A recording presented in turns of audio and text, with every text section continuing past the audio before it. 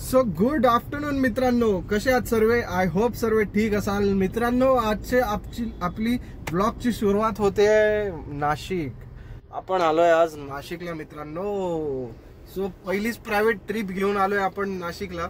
फक्त ड्रॉप होता आणि बरोबर 9 वाजता निघालो होतो. 9:15 वाजता 8:50 वगैरे असं निघालो होतो आणि बरोबर 12 वाजता मी ड्रॉप केलं. 11:55ला ड्रॉप केलंय कस्टमरला त्यांच्या लोकेशनला आणि आलोय आता सीएनजी पंपावरती. इथे हे नाशिकचं सीएनजी पंप आहे, सगळ्यांना माहित असेल कारण आज काहीच गर्दी नव्हती. म्हटलं मी भरत नाही ऍक्च्युली नाशिकमध्ये आलो, पण म्हटलं ट्रिप पण काय वाजत नाही आणि जाऊया आज हे करून घेऊया सीएनजी पंप.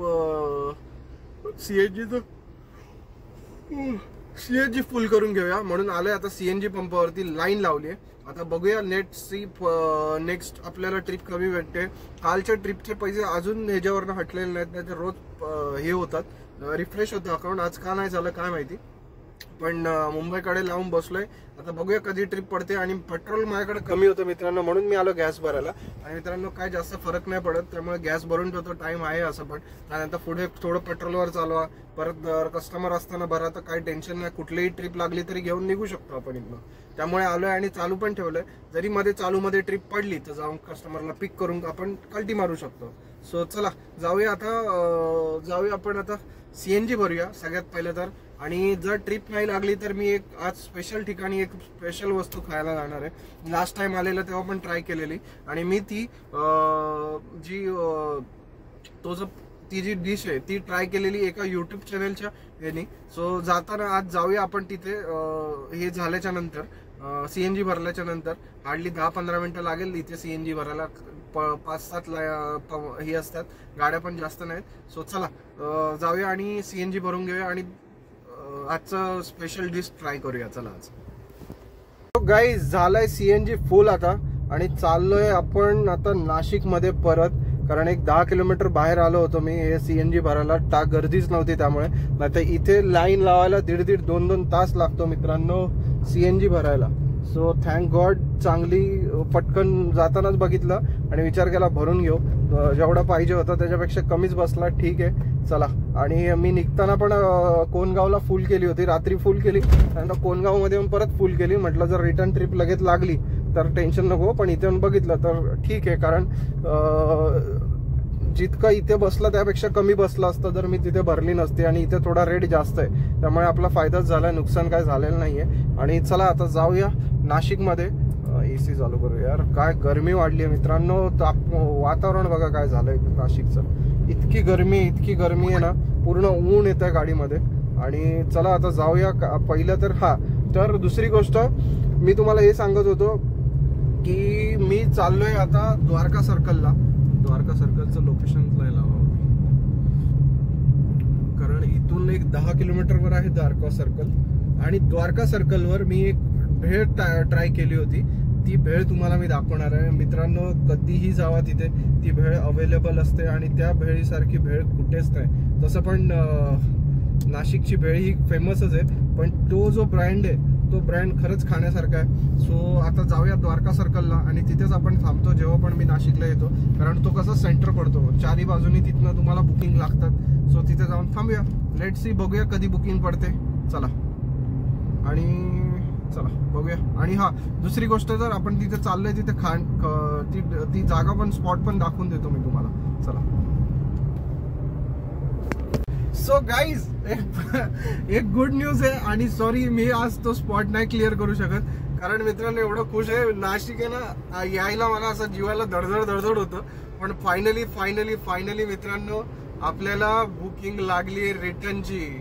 काय सांगू मित्रांनो, एवढं खुश झालो मी यार. लागत नाही यार ही रिटर्नची. आणि 16 मिनिटं का दाखवते, 7 मिनिटाचं लोकेशन. इथनं काय आउट नाहीये वाटतं, आपल्याला जायचं होतं. आहे आउट आहे.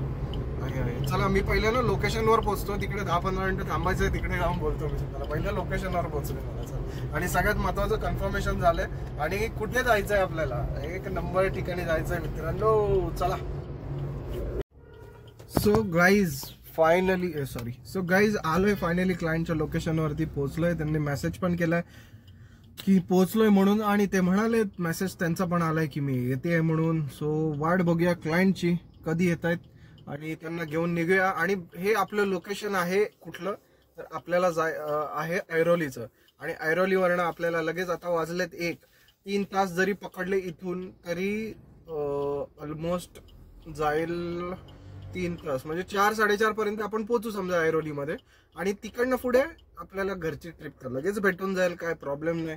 सो चला आणि नाश्ता वगैरे मी सगळं डायरेक्ट तिकडे पोहोचूनच करणार आहे. सो चला क्लायंटला पिक करूया आणि निघूया परत मुंबईला. मित्रांनो मी त्या स्पॉटला ह्याच्यासाठी गेलो ना, ही ट्रिप ह्यासाठी स्किप केली नाही, कारण मित्रांनो परत ट्रिप लागत नाही मुंबईची.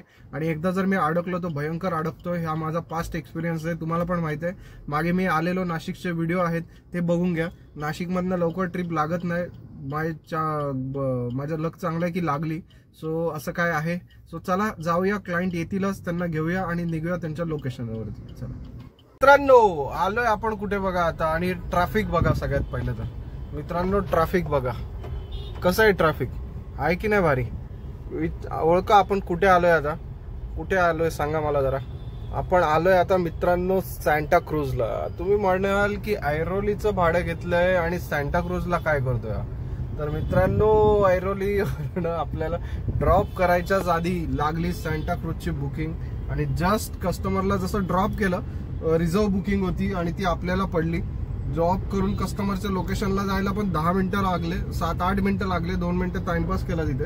आणि बरोबर बुकिंगचे आपल्याला 1 मिनिट थांबा, पहिल्या ट्रॅफिक मधनं बाहेर येतो आणि मग बोलतो डिटेल मध्ये.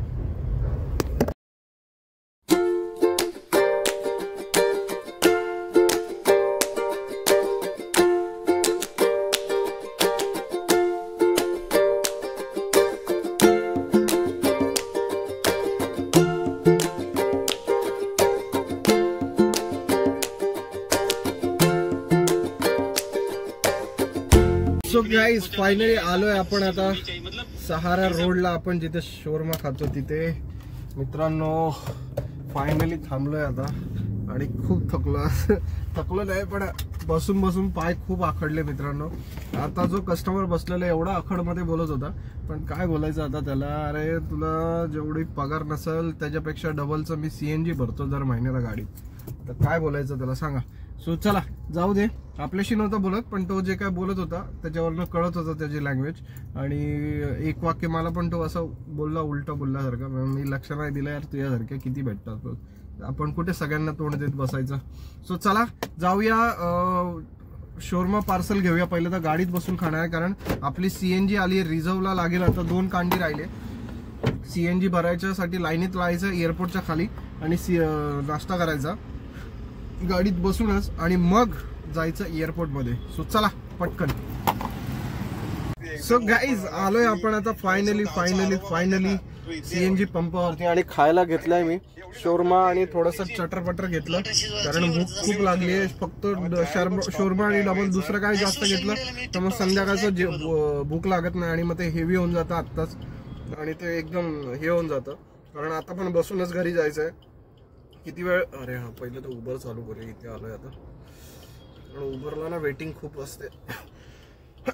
मग आतमध्ये चालू करण्यापेक्षा आत्ताच चालू करू.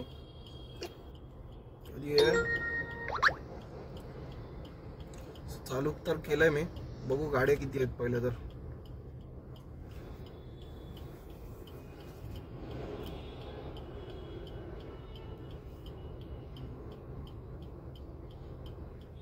सो येईल चला, गाड्या वगैरे येतील त्याच्यात लिहून.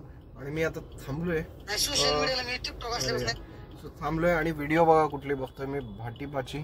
सो चला पहिलं तर खाऊन घेतो मित्रांनो, खूप भूक लागली आणि मग बोलतो. पहिलं CNG खाऊन घेतो, CNG भरतो आणि मग आज जाऊन ट्रिप घेतो. पण त्याच्या आधी काहीतरी खाऊन घेतो मित्रांनो, खूप भूक लागली आहे, नंतर बोलू आपण. सो गाईज आलोय आपण finally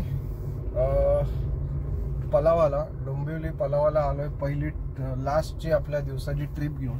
I hope he trip लास्टची असेल कारण आता इकडनं जर काय मॉल पर्यंत जास्तोपर्यंत जर काय लागलं तर ठीक आहे, अदरवाईज मी एमटी निघून जाणार आहे. कारण आपलं आजचं काम, आपलं टार्गेट झालेलं आहे बऱ्यापैकी पूर्ण. आणि आता चाललोय घरी आणि अशा प्रकारे आजचा दिवस खूप मस्त गेला आणि रोजचं सगळे दिवस आपले चांगलेच जातात, कारण आपण पॉझिटिव्ह माइंडसेटने आणि याने काम करतो. त्यामुळे सो असंच माइंडसेटने पॉझिटिव्ह राहायचं असतं आयुष्यात आणि काम करायचं असतं. सो आजचा व्लॉग आपण इथेच एंड करतोय, कारण मित्रांनो खूप जमलोय आता आणि बऱ्याच दिवसानंतर व्लॉग एंड करतोय मी, नाही तर मध्येच आपण स्किप करत होतो. सो चला आजचा व्लॉग इथेच एंड करतो. आजची आपली अर्निंग पण चांगली झाली आणि हो मित्रांनो, भेटूया नेक्स्ट व्लॉग मध्ये. तोपर्यंत बघत राहा आपला चॅनल MBA कॅबवाला.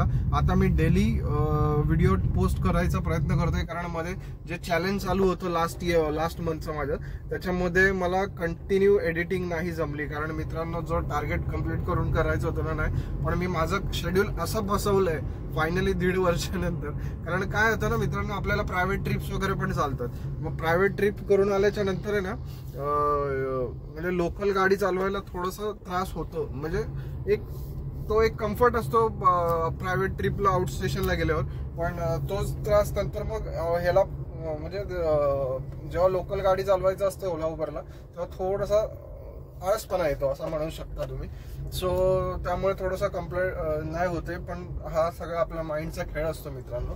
सो आता तो माइंडचा खेळ आपण बंद करणार आहे आणि फोकस करणार आहे आपल्या एमकडे, आपल्या टार्गेटकडे अशा प्रकारे. आणि चला आजचा ब्लॉग इथेच एंड करतोय आणि भेटूया पुढच्या ब्लॉगमध्ये. तोपर्यंत बघत राहा आपला चॅनल MBA कॅबवाला. जर सबस्क्राईब केलं नसेल तर सबस्क्राईब करा, आवडलं तर नक्की लाईक करा आणि शेअर करा. चला बाय.